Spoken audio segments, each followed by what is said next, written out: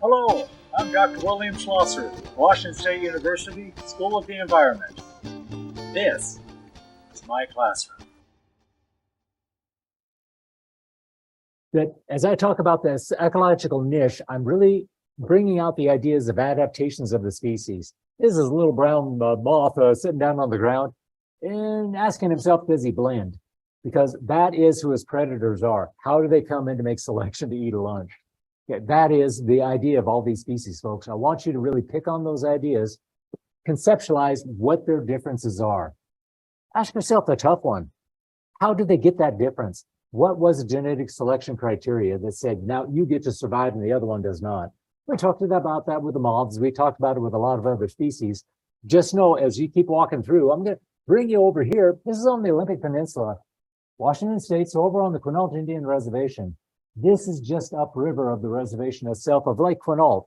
If you've ever been over to Lake Quinault, beautiful little resort, you get on the lake, you have a great time. Well, the lake is part of the Quinault Indian Reservation. From there downstream is where the main reservation lies, but everything around that lake is private land. That's been sold off after the treaties were signed and they did some swapping out of land or taking of land. Anyway, this is the upper Quinault River. And what I want you to pay attention to here is a repeated theme we're going to keep coming on to. You're looking at a bunch of elk bedded down in the river. Yeah, what I got to say is that is wrong. It is totally the wrong face for these elk, because if you've ever been down on the big river like the Quinault River, it's loud. Like the river is roaring all the way around you. And if you have a keystone predator in your ecosystem right around you, you're not going to get down on the rocks and lay down there. It's warm. It's nice. The river's running right there. Man, it's a kind of a sunny day. But I guarantee none of these elk give a darn about getting a suntan. That is not what they're about. They are there because they do not have an apex level predator anymore. That wolf that lived all around the continental United States, well, all over North America, those wolves were expatriated by us, humans, who saw them as a pesky nuance to our hunting style. Yeah, that nuance to the hunting style was for a president. President Theodore Roosevelt was a big hunter dude, and he wanted to get rid of all those pesky predators. We're going to pick up a lot of different presentations throughout the rest of this next couple of weeks, where you're going to see videos about how all the wolves were expatriated. Literally, you could get money for killing a wolf. Bring back a part of him, prove that you killed it, man, we'll give you a warranty, a bounty, right? And so we got them all out. Literally, folks, in 1934, we got the order, kill all the wolves. And by 1966, it was a done deal. Now, that took out the keystone predator out of this ecosystem. That is why I'm talking about keystone species now. This is what we're going to look at a lot about how these elk get down there right on the edge of the river, bed down on the rocks. And if you watched the lecture video for today, you saw that I had made mention about the treaties of 1850, that the groups of, I'm trying to say this right, the Washington legislature, who was representing the federal government, going over to Jehovah, Washington to meet with the Quinault Indian Reservation with the tribal members and the tribal council to sign the treaty. That treaty was to give them the reservation, give them their own land. Think about that. Kind of backwards. It was their land to start with. But now they got down there, and as they wrote in their journals, they could not traverse that river. It was too full of trees and brush and everything going crisscrossing on it, because it was a big spawning river for the salmon. A lot of shade was created. That made a great habitat for those salmon to thrive. That's what we just keep looking at here today. There's no more salmon. Well, there are salmon, but their numbers are way down. And we're going to keep tapping into that as a trophic cascade. We talk about that trophic cascade a number of times already. I'm going to keep tapping you on it to talk about trophic levels again. And that trophic level where we have the herbivores out there eating all the brush, without any wolves to keep them out of the river, yeah, those elk, they live there. They take a bed down into the river bottoms, the edges of the river to have a good time. They are not worried about a predator taking them out. So they eat all the greens. That has changed the function of the river. That has changed how the salmon can spawn in it. That is the trophic cascade reaching many, many levels further out. That's what I want you to keep pegging on and put this all into context as we talk. Now, with that all said, I'm going to back up for just a second. Are you on the Zoom meeting right now? You can hear me through the speakers on the, okay. We're in good shape then. I'll just keep going. What I'm going to keep talking about this ecological niche. Now, you talked about, or you heard about the niche as we listened to John Morgan from Australia talking about how plants have adaptations to fill that niche. That is their address in the ecosystem, the place where they can live and actually thrive and do better than anybody else. Yeah, you maybe think about that as a university. You select the topic area you want to study. You want to be the best one in the classroom. You're trying to fill your niche at the ecological maximum. That's exactly what these different thoughts are giving you. This is how plants and animals try to adapt. Now, right here, I'm looking at this idea of filling in this niche with different bird species right along the same type of an ecosystem. Well, it's not exactly the same. They're nearest neighbors, aren't they? Right, we've got the pevar is up in the shallow lands, all the way down to the flamingo who can put its head down and scrape it off the bottom. And every step in between is a different movement along that ecological gradient. Is there one who is better than any of the others? Well, out of that group right there, I'm going to say that flamingo makes clinic on that deep water stuff. It can reach down, it can grab that food, and it gets the nutrients it needs right there. Can it compete up on the shallow water? Well, it compete, maybe. That doesn't mean it's a top scoring student. It may exist, but that doesn't mean that's where it's going to spend its time. There's somebody else up there who can. So as you go through all these different pitches, I want you to understand that this idea of filling your niche is filling your address. That's your place on the entire environment. You know it, you go to different classes where you just have to be there to finish it off, but that's not a place where you thrive. Great, that's all right. If you're not the chemist, that doesn't mean you have to be the best chemist in the class. But you had to take that class to get through the mix of everything else. Okay, this is kind of the same with these plants and animals. Everybody can fill that niche, and when they do, you're going to see a different acceleration of their capabilities. Now, that capability is a big thing there. How do they fill the niche to be able to be the best of the best doing it? We're just going to keep clocking these things around to say, a lot of times, because we're humans, we like to put things in categories. Well, as I do this, I'm looking at a two-stem gradient. I'm looking at moisture on one side. I'm staring at temperature on the other, just making a box out there. Say, can we fill that in? Well, really, I'm going to push that a little further and say, how about I don't go to the box? I want to push this rascal out to a three-way view. Got a 3D view now. I'm going to add in another one, in this case, nutrients. What nutrients does that plant or that animal need to really thrive? Okay, so it's on that gradient of moisture and temperature. It's now got the nutrient levels. Now, pushing it out to three spaces, that's kind of nice, but really, I'm going to go to this polymorphous polygon. Just think of this one as candle wax that I heated up. It started to melt, it started to reform and drip. That is the idea of this space that your animal or your plant can form. It can fill that. To say, I'm going to give a little bit over there, but take a little bit there and here. I'm going to be the best competitor in that space. It's not always a square line. You know, you heard me talking about the different biomes and the different environments that we described. I say there's fuzzy lines. I rarely have this perfect box that is drawn out there. And that's why I put up that polymorphous polygon. This is how you can really conceptualize something much bigger than you see. That's how they try to fill this niche and be the best competitor in that space. There's one sideline I'm going to throw onto you there. As you talk about any species filling its niche, you're going to get that apex. And we're going to look at an apex again, where you have the functional realities, the functional zone where it can exist, and then its apex where it is the top level competitor. That is its absolute maximum niche. And in that niche, it's the only species that will fill it. Nobody else can occupy the same niche at the same time on the same environment. All those things around you start to understand it is a real specialization level. I keep talking around that specialization idea because, you know, we go to this food web and the food chain. Which direction does energy flow? You see that by the arrows. As you start to look around that whole area, you're going to see it to say, I have a lot of different competitors of different aspects. They're all on the same property, right? Because you had to have that scorpion feeding on that ground squirrel on the same place at the same time. But that doesn't mean they're filling the same niche. They just crossed over. There's a lot of overlay. I talk a lot about nearest neighbors. Not all the time are they competitors, but they do exist together. Sometimes they're in the part of the same food chain of the food web. Sometimes they're competing against just each other without anything for eating and killing. Yeah, you see a lot of examples of that, but I talked about Dr. John Morgan sitting out there in Australia talking about this whole idea of the niche.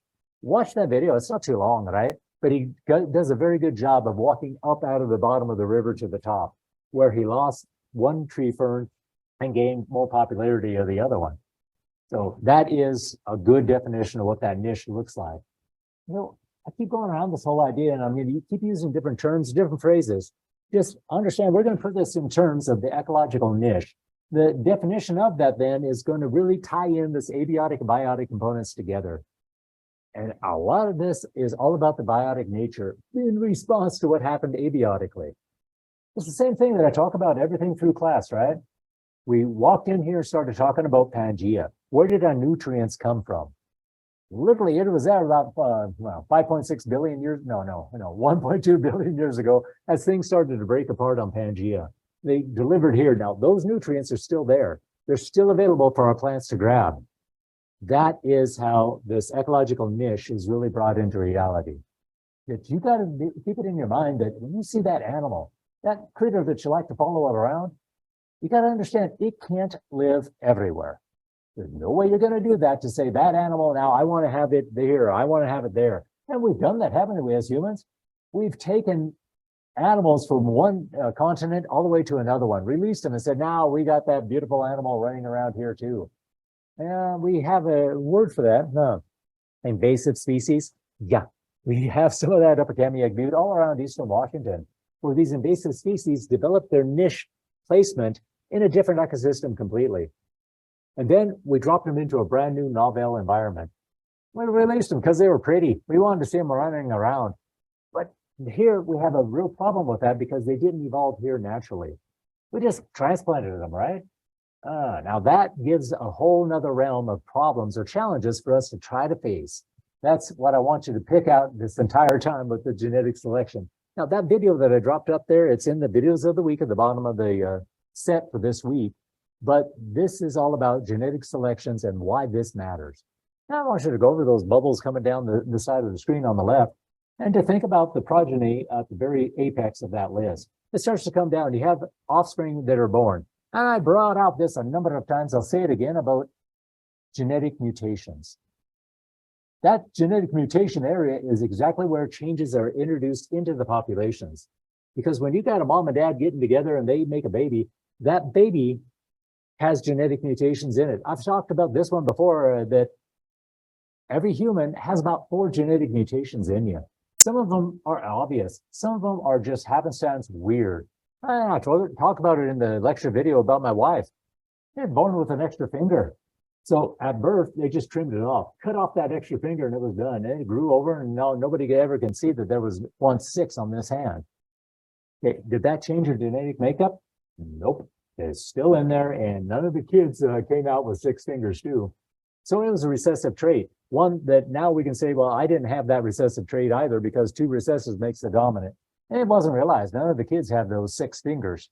But that is the idea of this genetic mutation. There's something else that'll happen in there. Walking through all these populations of the animals and the plants, you're going to see those genetic mutations, and when they give a competitive advantage in that ecosystem and they survive, they're going to then pass on that genetic material to their offspring. And sometimes it'll happen for a couple of generations, and then it fades out. That on the far left-hand side is the X on the bubble. That X is saying they didn't make it. They are not of advantageous genetic mutation that exists in this population. In fact, the folks without the genetic mutation, they're doing fine. And they are propagating, they're spreading out the genetic material. Okay, so you go down that list and you can see all the way to the very bottom on the right-hand side of the columns, you have one green covered box and one red covered box. There weren't many generations, and that mutation that was forwarded, it didn't turn out right. They were not at an advantage, so they lost out. They expatriated from that whole population. The ones who did survive, hey, they're passing on their genes. That is the step-by-step process of saying, yeah, I'm going to share this genetic material. Now, for you exactly what you worked on already, I know everybody who shows up in class has done it already, but we're talking about the rock pocket mice. You got that assignment, it opened up on Wednesday. You get in there, you watch that video, and you're seeing how those rock pocket mice had genetic mutations that allowed them to survive. They changed the color of their fur. They were trying to blend on rock and sand. Okay, then that's what they did for generations. They were blondes. They did fine. And then the flood basalts hit about 1,000 years ago. Those flood basalts made a black background, and if the mice wanted to exist there, they needed some genetic mutations, and those who had it, they survived. Then they propagated and they passed it down to the next generation. All of a sudden, all those areas are covered. Now, we're only talking about 1,000 years of those flood basalts in Arizona that made the rock pocket mice exist. A little mutation, and that population started to survive, spreading on the genetic materials. That's exactly what you're talking about for your genetic selection. That's how it happens. Well, what you're going to hear in that nice Yale University talk is about how fast does that go? Yeah, sometimes it goes fast. Like within several years, you'll see genetic materials modify because they had a selection criteria that was advantageous. That's pretty fast. Sometimes it takes eons, and some of them just don't change. There are some species in the deep water oceans that have been in existence for hundreds of thousands, a million years. Listen to it and hear what he says about it. That will give you a great message of how these genetic mutations can exist and really where they exist. Why? That's what the one thing I want you to grab out. Tell me why they do exist. This whole idea of the physiological maximum at the very crest of that normal distribution, I want you to look at that one to say that is where the species is at its apex. Knowing that way out to the edges, that's your functional distribution. They can exist all the way out to there, but that's not their address. They visit, but they don't live there. That's where you go into the apex, that physiological maximum at the very crest. That's where they're going to fill out their niche. That's really what the species is trying to be the best of the best at. That's where you're going to see it, and I want you to always keep that into context. Now, let's put that back into that 2D view that I was given earlier. I'm talking about temperature and moisture on that axis, or those axes, and I look at what exists in the center. Well, the specialized realized niche, that is the dark green area. That is where the species is near its physiological maximum. It's at the crest of that bell-shaped curve. Now that you got the yellow areas, that is where it can also exist. It isn't the best competitor. In fact, if somebody else shows up there and starts competing with it, it'll lose. And that's all right. In the facultative sense, when it has an advantage or it has an opportunity, it'll take it. And so it is existing there. We're going to pick out different plant species that can do this and take a look at how they interact. I'll throw out some other ideas on this for you. Is the idea of this realized niche versus that fundamental niche. Two different components of the same distribution. One species, where it can live and where it can compete, where it is the best competitor, and one where it is just the opportunistic one. It can get out there and survive for a while, it'll do it. That doesn't mean that, well, I'll rephrase that. Plants and animals abhor a vacuum. You get into those areas where they can exist and they'll do it. They may not be the best of it forever, but they will take the opportunities as they can. Just know about this entire range of the plants and the animals where they can get in there and really do things.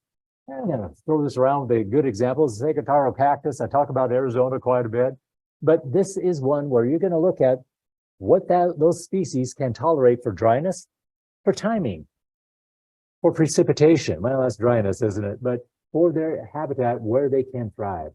Okay, and then we throw in this ponderosa pine tree. You got them right up here at Kamiak Butte. This particular photograph, that's from north central Idaho. These are places where those two different species, they have obviously the same, every plant has the same challenge. You got moisture on one side and temperature on the other. Okay, I throw in the third line to say timing of that moisture and temperature, but right there, you've got the cacti and you've got the ponderosa pine tree. They fill different niches in the same worldly environment, but they're never going to overlap. When you get to the ponderosa pine, the driest surviving tree species in North America, well, you can't put a cactus there because it's way too wet. On the same side, that ponderosa pine, you can tolerate a lot of dryness, but never where the saguaro cacti live. Never going to get there. Now, we have plenty of ponderosa pine in Arizona, but not where the cacti live. And so you're starting to see that differentiation between them. You can see it on those orange dots, or polygons, that extreme, that movement across that gradient, it's going to give advantage to one species over the other. Yeah, this is a very simplistic one, right? We got a cacti and a cactus. A cacti and a ponderosa pine tree. But now let's start to mix this one up and say, I can slide those around to say that this is a definition of their specialized niche. How is each one going to fill in that spot? Well, that's very obvious. It's at the extremes. They're not necessarily nearest neighbors here. They're not on the other side of the butte of one exists here and one exists there. It isn't that far around. They're very differentiated. So understand, if you can draw those lines, you can understand where they do live. Let's go to the map view. Take a look down from above and say where I have that red area on the right-hand side. Yeah, I'm looking at the ponderosa pine distribution going all the way into golly, southern part of the U.S. into California. You go over into New Mexico, Arizona. Yeah, we have the ponderosa pine living there. They're doing fine. But then look at the saguaro cacti. It is living much further to the south. It has a different timing of its whole weather system delivery. You know about those tropical weather systems that come off the ocean and blow up on the continent? They're still in a very dry area because of the timing, because of the temperature, because of the substrate materials allowing everything to flow through. So these trees and those cacti, yeah, they're in this map view sense, they are near neighbors, but not necessarily nearest neighbors. Not like they're competing for the same sunlight every day. It isn't that close. These are just existing across that entire environmental gradient.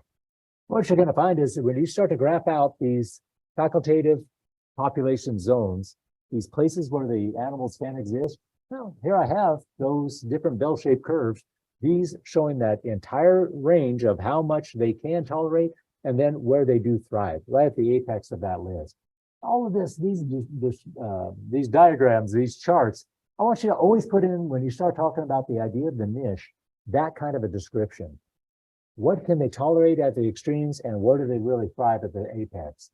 Because as we put that in, you're going to pull out right there. That is their apex, that green box. That is where they're going to be the best competitors in that environment.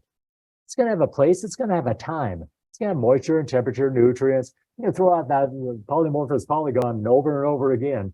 Say those are going to be the measures that we can make. And where you have that high apex acuity of these plants and these animals, that's where they're going to thrive.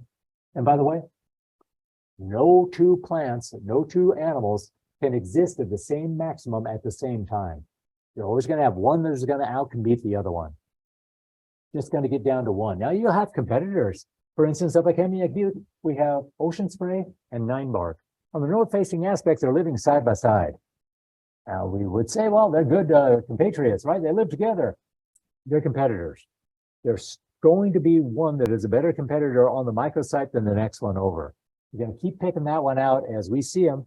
Right here is a good example. Now, I'm talking about that realized niche versus the fundamental niche, big area versus the green highlighted area. Here, this is all one plant species, but when I pick that out a little bit better now, I'm going up to Kamiak Butte here. I'm looking at that yellow area. This is the ninebark. That ninebark plant right next to it, here, literally its nearest neighbor, hey, that is the snowberry. But they have an ecological niche they're each individually filling. You're looking at temperature and moisture going across the gradient on the microsite level, that they are in competition. In some areas, you can see the mallow ninebark is going to be the highest competitor. It's going to be the champion, and it'll always win that race on that exact site. Right next door, change a little bit in temperature, maybe a little bit in moisture. How about the timing of that? Okay, now we're over to snowberry. That snowberry is going to be the better competitor on that microsite. Here, the niches are competing. Did they pluralize niche correctly? Niches? Is it niche? I don't know. But for the plural niche, you got two of them trying to compete for the same type of success on that environment. That's what I want you to grab out, this idea.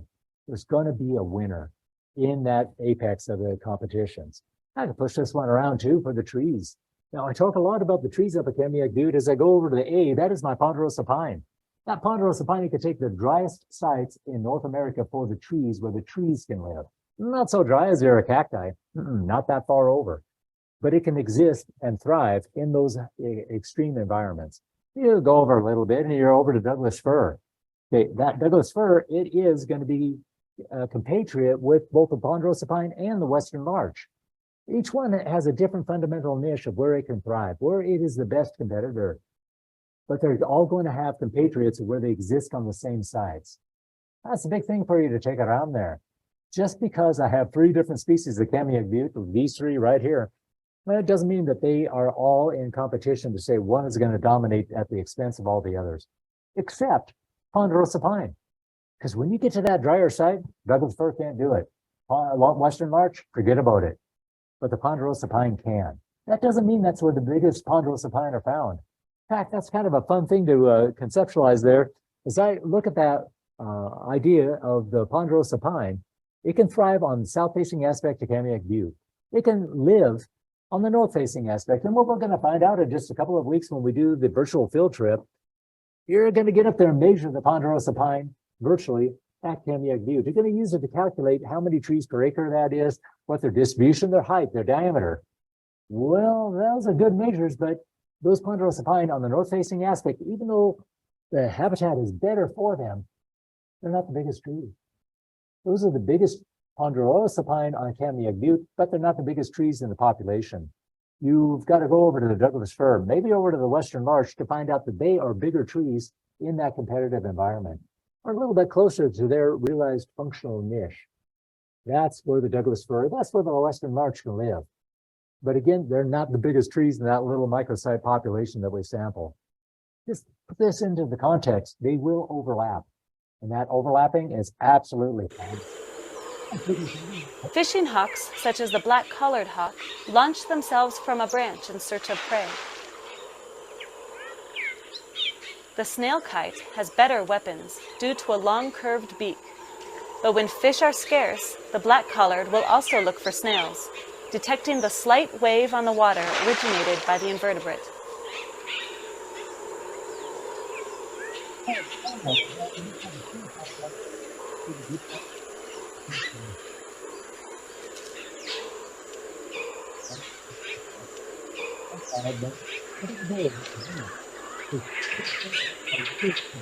Get that little mollusk, scrape it out of the water and eat it up.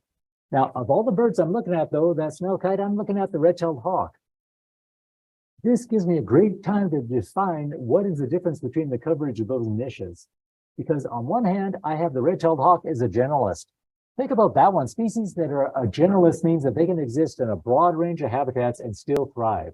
Not the top-level competitor all across North America, but the red-tailed hawk does exist all the way from Alaska right down to Florida. It's into Mexico, all across Canada. Not a problem. There's red-tailed hawk everywhere. There's other birds that are big competitor or big raptors like this one. But you get to the snail kite, and in that very specific habitat area, let's take a look at that. It's in Florida. Like you kind of the blue shaded area on the left-hand little map view idea. Well, that's where the snail kite can really thrive. And it is the best competitor in that little niche that is feeding on those little crustaceans, those little mollusks, those snails that live in the water. So as it starts to move through, that snail kite drops down, they can pick them up and eat them up nice. Now, does the red-tailed hawk eat that as well? Yeah, it has to, but that's not its main food source. It goes for other things. It's going after the rabbits. It's going after the mice. It's going after a couple of squirrels and my neighbor's cat who would not get off the roof and keep screaming all night. And I trust me, that was the red-tailed hawk who did it. That wasn't me. I'm not doing that to the neighbor, but that is the difference between these species. Right there, you've got the idea of where this generalist and where that specialist will live. Got the specialist, obviously, in the snail kite. It is able to live in that little niche of Florida to thrive. You go to the red-tailed hawk all over North America. You can see it in its distributions right there. This is how your species will adapt. The red-tailed hawk, snail kite, not good or bad on either one, just they have different niche that they fill. Those are the things that you're always going to apply to this. And understand when I graph these out, just like I did with the ponderosa pine, the western larch, and the Douglas fir, I can put those birds up on this graph as well and see that they have an overlap. Where they have that overlap, notice a couple of things about it. It's not generally right at the apex. Okay, rephrase that. It's never right at the apex. When you're into that fundamental niche, that apex area, that is a place where nobody's going to compete exactly in that space with it. So there is a distribution, there's a separation in them. That is really how you pick it up and play it for everything you've got. Now, I did that for the birds. How about for the trees? I'm going to keep talking about here, in this case, two different tree species, western larch. One of that western larch we have at Kamiak Butte. We also push that now to western, western white pine. Western white pine is highly distributed all across the West. Now, this is the case with the Western white pine, a little sideline discussion for it. As I look at that Western white pine, it was the Idaho, or it is still the Idaho state tree. Most populous tree out there. It was the best of the best, biggest tree species. We had high distribution from North Idaho all the way down into, well, nearly as far as Boise, but not quite all the way. A very competitive tree until an exotic species was introduced. This exotic species came because we did some tree transplants from Europe into Vancouver Island, British Columbia, Canada. Got those tree seedlings over there, and they started to grow, and they were fine. There was an idea that we could take this exotic species and plant it in North America, and we'd have another pine tree to harvest. Oh, it would be so great. But that seedlings that they brought over, they had a little disease on them, white pine blister rust. Okay, that blister rust came through. It goes through two hosts, going from the plant itself to the ribes, brush species, from the ribes then over to the trees. Okay, and when you got that, now you got the white pine blister rust, and the white pines start to die. Our white pine had no defenses against that pathogen, none at all. And therefore, they fell easy. No natural defenses. So if you go over to Moscow today, you'll get right up to state line, look over to your south, and you see a big pitch of trees planted out in the wheat fields. Well, why are they doing that for? Well, because that is the White Pine Blister Rust Defense Center. That is a place where the University of Idaho and Washington State University have been working together for decades to raise these trees to have highly defensible adaptations to that white pine blister rust. They don't want 100% because if they do, that white pine blister rust will mutate as well. What they're trying to do is couch it into a little niche area. Say, we've got some trees that have resistance to that disease. They'll be able to thrive. Trying to jumpstart that genetic selection materials. You can do that, and we're trying real hard to get those white pine growing correctly all across this area. With these ideas, I'm calling them sympatric speciation, which is a way of speciation we're going to talk about in another 10 days or so. I'm going to spend a lot of time on this topic of speciation. 4 different types of speciation we have. Sympatric is one of them. That sympatric speciation says we're going to exist in the same kind of a habitat coming from the same genetic source materials. And it's just like the white-tailed deer and the mule deer, right? In that case, we have a beginning progenitor as the white-tailed deer, and then through genetic mutations and selection, we have the mule deer be able to form. That selection of the species through sympatric speciation gives you that move to say, we're going to start with the same genetic materials and try to find a new end. Those are the ideas of different species, their adaptations. I've got a great last example for you is the roadrunners. Now, how would you like to have 2 names out there, the greater roadrunner and the lesser roadrunner? I'm trying to think about that one. How do you wake up in the morning and tell your kids, you're the lesser roadrunner? Okay, little joke, come on, some humor. It's a Friday, dry humor, I know. But in this case, that is exactly what the roadrunners are going to be able to do because they are nearest neighbors in their habitats. We're talking here about South Texas and to the southern states going into Arizona, New Mexico, Texas, obviously, even a little bit further east, but then into Mexico. So 2 different habitat areas, the same kind of a prospect that I talked about with the white-tailed deer and the mule deer. They started to fill a different ecological niche. Where they could fill that niche, these roadrunners, they became different specialists within their habitats. They shared the same genetic material background. This is that sympatric speciation I talk about, that these different birds, they're going to thrive in the place where they can fill it best. Okay, so you can see how their adaptations have come out in the color of their feathers, their height, their build, how they even hunt. They get out on these sites and they start to find a better competition against each other. Nearest neighbors. Do they exist on some overlapping spots? Yeah, they do. Just like I show you with the different tree species, you have a lot of overlap. Hey, even with these roadrunners, there is overlap in them, just like we see with the white-tailed deer and the mule deer, right here at Kamiuk Butte.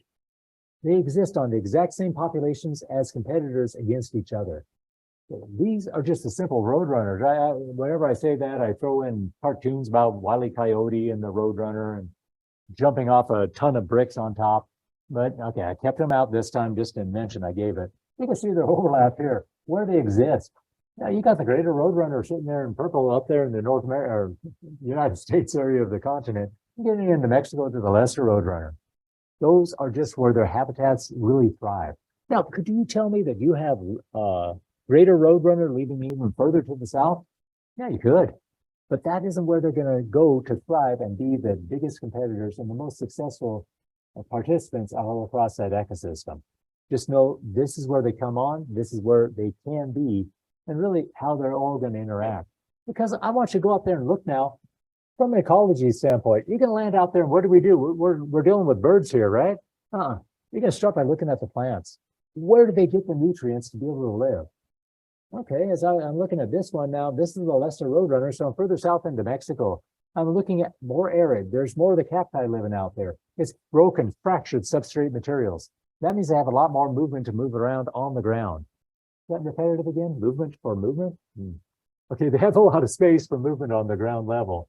That is where, in this case, that lesser roadrunner will thrive. Now take it over to the greater roadrunner. It's thicker. The brush is heavier. Has a little bit more precipitation and humidity. That allows the different plants to live, and therefore for that bird species to get in there and thrive. They're not flying around, they're running around. They're roadrunners, right? But you can see it exactly right here. It's a different habitat niche. As you start to fill all those in, you see this gradient. Now, put it into this context, and right away you see it over on the sides. I'm doing, in this case, elevation versus, in this case, sea level. Where is everything for the habitat's existence going across that gradient? And right away, you can see it right at the top of the right-hand side. You're into the greater roadrunner, where its habitat exists. And a little further down, you see where the lesser roadrunner has habitat advantage. There's some overlap, and that's all fine. But this is how the niche is filled in, folks. That niche compatriot, that one who's going to be the best competitor of all, generally not going to be a generalist and be the best competitor across broad ranges. A good example of that would be the red-tailed hawk. As you start to think about all those flying raptors around, what other bird species are going to be able to outcompete them? Oh, I'm thinking about the bald eagle on one side. I'm thinking about the osprey on the other. The osprey is the fish eagle who gets into the river and the lakes and picks up the fish. Does the red-tailed hawk do that? Not so much. A red-tailed hawk is going to stay on the terrestrial environments. It's going to be feeding on the neighbor's cat. But the bald eagle will be able to take others that are also on the dry land. The osprey, the one getting in the water. So everybody trying to fill in its functional niche, where it's going to be the best competitor of all. With all that said, I want you to just look at this physical and functional look at where it gets its food, where it gets its energy, its habitat. Keeping in mind that all species, especially the animals, we need three things. We need space, we need water, we need a place to raise our young. Okay, that is what all those species are competing for and how they're going to fill in the best areas to capture it for themselves, for their population. That literally is how we're going to take these around and really deliver them for all the different species you look at. And that's our real challenge, isn't it? You're going to be taken to an area and say, now, I want you to be a land use manager for this site. First questions are going to ask, okay, tell me about the site. I got to find out where its geologic materials came from and gave it energy to the plants. Because without the plants, I don't know of any animal who can exist there. I mean, you go out to the savanna deserts, you find just sand spread everywhere. What are any animals feeding on out there? How do they live? Where do they get any water, space? That's why you don't find many animals out in those high elevation desert areas. When you do, you're going to find the real niche of how it can survive right there. You can find an oasis? I don't know, but you got to find how they get their energy. This is what you walk into that whole picture is going to look like, folks. I'm looking there at that beautiful roadrunner staring at us, knowing that, I'm ending a little bit early today, not much discussion because I didn't stop talking, right? But what I would say is go into this whole mix, folks. Understand that I've got the assignment that opened up on Wednesday, another assignment opens today, and then the quiz. Get those rascals out. Don't let them belay you forever. Just get them done and move it on because you've got other tasks that are a lot of folks are behind on. And I got to say, the biggest one I'm behind on is my whole thing of grading them all. I haven't graded yet all of the Excel sheets that you did for the climate. I'm still kicking myself over that, but literally, I think Dennis will attribute that I was emailing last night at about, 1 or 2 in the morning with some things that we're doing for the class, for the projects and how we're really moving along from here. but I'm going to get those graded super soon. I keep saying that, don't I? But that super soon idea will say, I want to get those scored for you so we can just move on to be ready for the next phase of this. This is our term report number 3. Keep in mind, there's no term report due right now, unless you need to rewrite one that you did earlier, or you have an assignment that you dropped, whatever it was. Hey, work with me. I want to see you get those things done. I want to be able to score them and say, yeah, you got it. With that, I would say, any questions folks have?